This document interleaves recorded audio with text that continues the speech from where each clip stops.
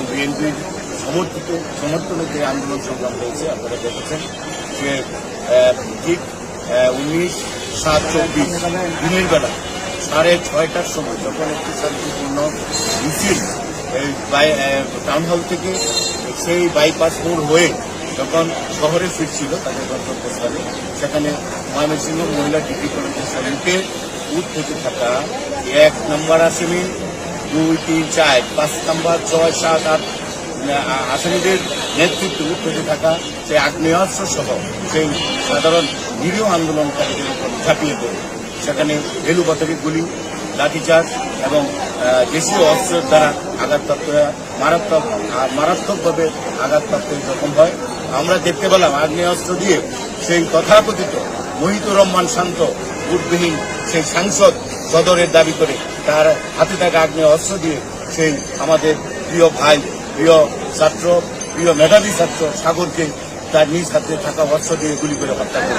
পরবর্তীতে তাকে বাঁচানোর জন্য বিভিন্ন আন্দোলনকামী জনতা তারা এগিয়ে আসলে সেখানে তারা এলুপাতারি গুলি এবং চাইনিজ উড়াল, রামদা, হকিস্টিক এবং দেশীয় এবং আগ্নেয়াস্ত্র দিয়ে এলুপাতারি গুলি এবং আক্রমণ করে এবং আমরা দেখতে পাই জনতা ছত্রভঙ্গ হওয়ার পরেও একত্রিত হয়ে সেই খুনিদের ধাওয়া করে এবং তারা পালিয়ে যায়। পরবর্তীতে আমরা দেখতে পেলাম যে সাগরকে নিয়ে আমরা যখন হাসপাতালে সাধারণ ছাত্রছাত্রীরা নিয়ে যায়, হাসপাতাল কর্তৃপক্ষ যারা দায়িত্বে ছিলেন তারা মৃত বলে ঘোষণা করে।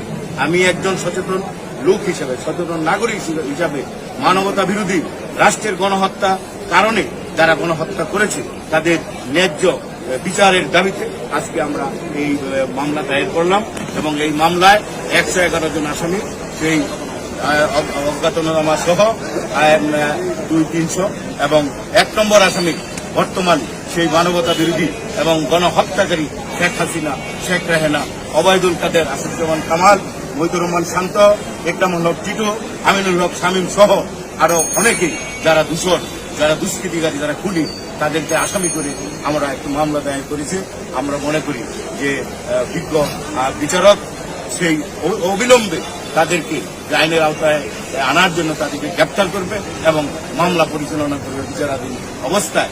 আমরা তাদেরকে আটক চাই। যে ম্যাজিস্ট্রেট সাহেব